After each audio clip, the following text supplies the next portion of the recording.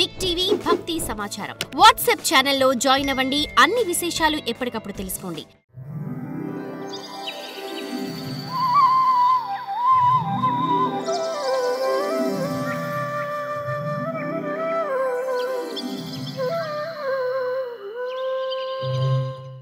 మనకు అనిపిస్తుంది ఎంత దేవతా భక్తి వాళ్ళకి అయింది, కానీ ఈ దేవతా భక్తి లేని వాడికి కూడా అయిందే అనిపిస్తుంది మనకు అప్పుడప్పుడు.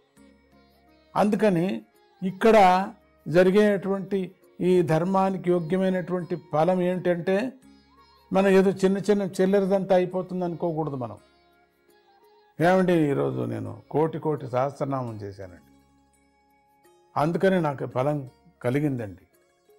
సహస్రనామం చేయటానికి ఇదే మూలమైనటువంటి ఒక ఫలం ఏదో ఒకటి కలిగింది. లాటరీ తగిలింది,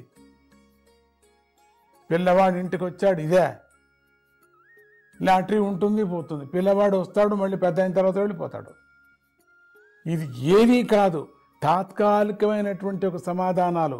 నీకు ఏమొచ్చినా కూడా నువ్వు ఇల్లు కట్టుకోవచ్చు, నీకు ఆరోగ్యం కావచ్చు, లేకపోతే నీకు పిల్లలు కలిసి రావచ్చు, తప్పిపోయిన పిల్లగా రావచ్చు, మీకు సంతోషమే. కానీ ఇవంతా చిల్లరగా అక్కడక్కడ వెళ్ళిపోతాయి. మనం చేసినటువంటి పనుల ఈ ధర్మం అంతా కూడా ఏది ఉందో భక్తిని ఈ విధంగా మనం పనిచేసుకుంటున్నాం. లేదు, దాన్నంతా కూడబెట్టుకోవాలి. ఇది మనకు వద్దు. వచ్చినా కూడా దాన్ని అటువంటి సందర్భం దీనికి అనిపించుకోకూడదు. దీనికోసం చేశాను, దీనికోసం వచ్చింది అనుకోకూడదు. ప్రతిఫలాపేక్ష లేకనే చేసేటువంటిది. నాకేమొద్దు, నేను చాలా భక్తితో శ్రద్ధతో నేను చేస్తున్నాను, పఠన చేస్తున్నాను. ఆ స్వామి మీద ఉండేటువంటి ప్రేమ అభిమానము నాకు కావాలి. భక్తి శ్రద్ధతో చేసేటువంటి శ్రద్ధ లేకపోతే ప్రయోజనం ఏముంది? భక్తి శ్రద్ధ లేకపోతే ఏం ప్రయోజనం? ప్రేమాభిమానం లేకపోతే ఏం ప్రయోజనం పరమాత్ముడి మీద? అందుకని ఇవన్నీ చేరుతూ ఉంటూ ఉంటూ ఉంటూ ఉంటూ ఉంటూ మొత్తం మనకు ఇంకా కావలసినటువంటిది మోక్షమే ధర్మానికి యోగ్యమైన ఫలం అని చెప్పారు. నిజమైన ఫలం అది. ఇంతవరకు నేను చెప్పాను చిల్లర ఫలాలు, ఇవి కాదు. మనకు సంతోషమే, భగవన్నామాన్ని చేస్తున్నాను కాబట్టి నాకు మంచిది, ఓకే సంతోషం. కానీ అంతటితో అయిపోయింది అనుకోకూడదు. రేపటి నుంచి ఆపేసి ఇంకా అయిపోయిందండి, నా ఫలం ఫలించిందండి, అయిపోయిందండి, ఫలం కట్టానండి, అయిపోయింది.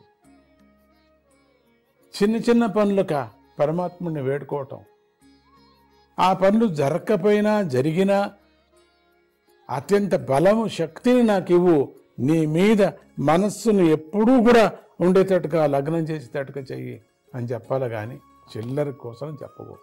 మళ్ళీ మళ్ళీ జ్ఞాపకం చేసుకుందాం దీన్ని. ఈ మాటలు మళ్ళీ చాలాసార్లు చెప్తూనే ఉంటాను.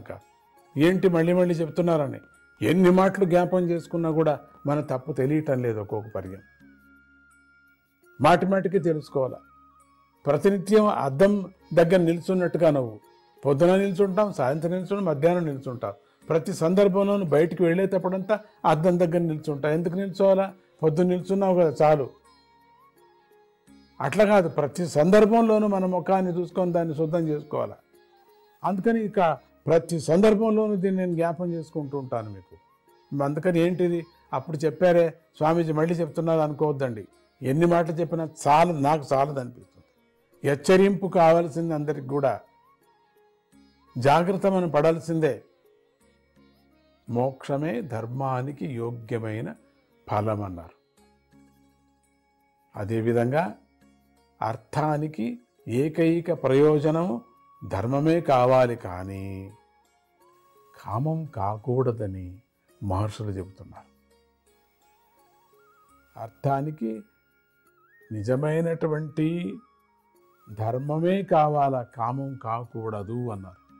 కామం అంటే ఆశలు, అది కావాలి, ఇది కావాలి, అది కావాలా. దీనికి వచ్చేసి ఏకైక అర్థానికి అర్థం తీసుకొని వచ్చాం అంటే సంపత్తు అనుకుందాం ఒక అర్థంతో. పోని ఆ సంపత్తును మనకు ప్రయోజనము ధర్మానికి ఉపయోగించాలి. ఆ సంపత్తుని అది కామానికి అంటే ఆశలకు ఉపయోగించకూడదు అని అర్థం అక్కడ. అందుకని ధర్మ అర్థ, ధర్మం ఏమిటని తెలుసుకున్నాం, అర్థం ఏమిటి, దానికి అర్థం అంటే వచ్చిన తర్వాత ఆ డబ్బుకి ఏం చేయాలి మనం అనేటువంటిది కూడా మనం తెలుసుకుంటున్నాం ఇప్పుడు. అందుకని ఇది ఏకైక ప్రయోజనము ధర్మమే కావాలి అని చెప్పుకొని వచ్చారు. కామం కాకూడదని మహర్షులంతా చెప్తున్నారు. విషయాలను అనుభవించటమే అనే దానికి లోకయాత్రను సాగించటమే ఫలం కానీ దానివల్ల ఇంద్రియాలు తృప్తి చెందవు.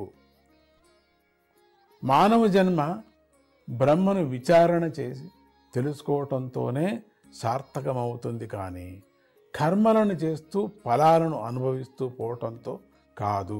ఊరు కర్మలు చేయటం, రేపొద్దున ఇంకొక కర్మ, ఇంకొక కర్మ, ఇంకొక కర్మ. మనకు వచ్చినటువంటి ఒక సంపత్తుని సద్వినియోగం అంటే అన్ని అనుభవాలతో తీర్థయాత్రలు చేయటం కానీ, భాగవతాన్ని మళ్ళీ మళ్ళీ చదవటం కానీ, దాన ధర్మాలు ఆ భాగవతానికి సంబంధించినటువంటిదే, తీర్థయాత్రలకు సంబంధించినటువంటిదే. అది భాగవత తత్వాన్ని మనం భగవంతుడి యొక్క తత్వాన్ని తెలుసుకోవటమే సద్వినియోగం చేసుకోవాలి కానీ లేదు ఈ యజ్ఞం చేస్తే నాకేదో మంచిదవుతుంది అట్లా చేయటం కాదు. అది అక్కడ అది కూడా కృష్ణార్పణ వస్తుందని చెప్పుతూ ఉండాలి. వదంతి తత్వవిదః తత్వం యద్ జ్ఞానమద్వయం. వదంతి తత్వవిదః తత్వం యద్ జ్ఞానమద్వయం. తత్వం యద్ జ్ఞానమద్వయం.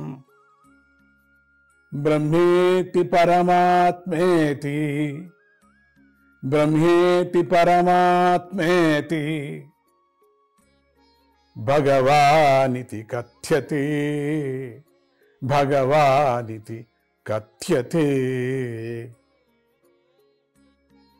ఏ భేదము లేని జ్ఞానమే తత్వమని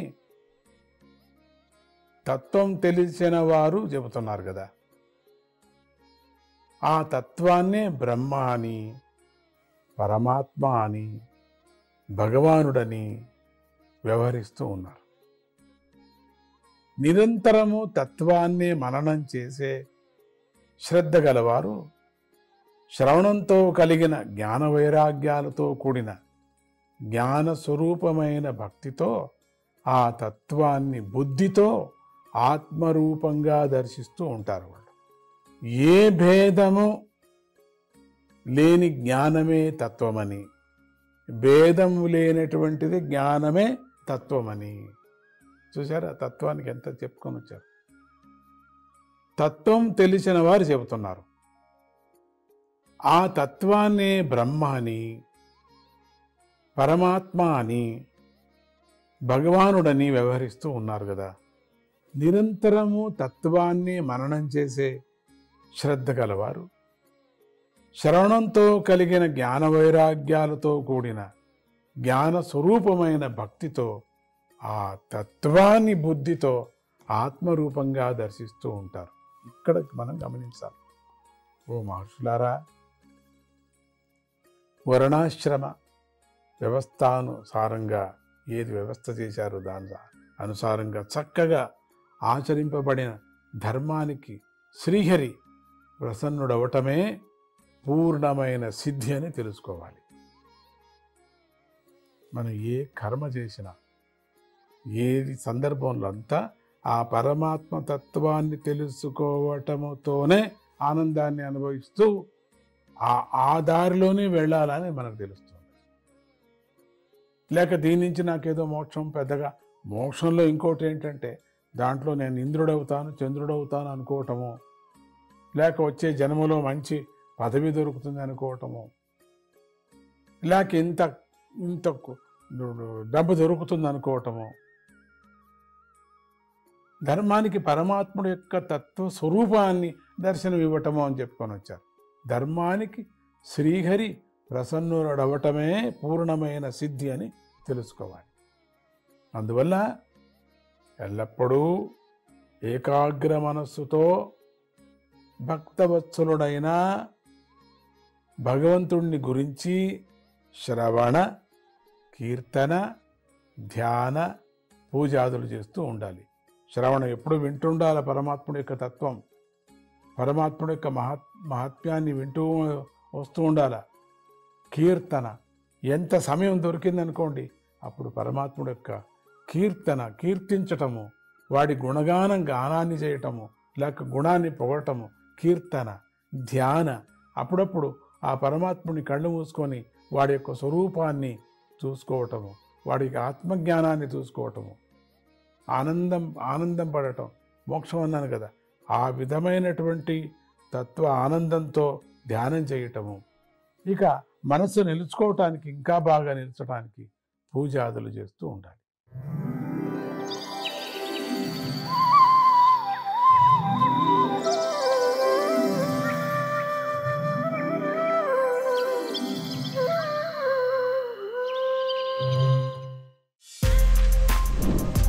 For more videos like this, subscribe Big TV channel.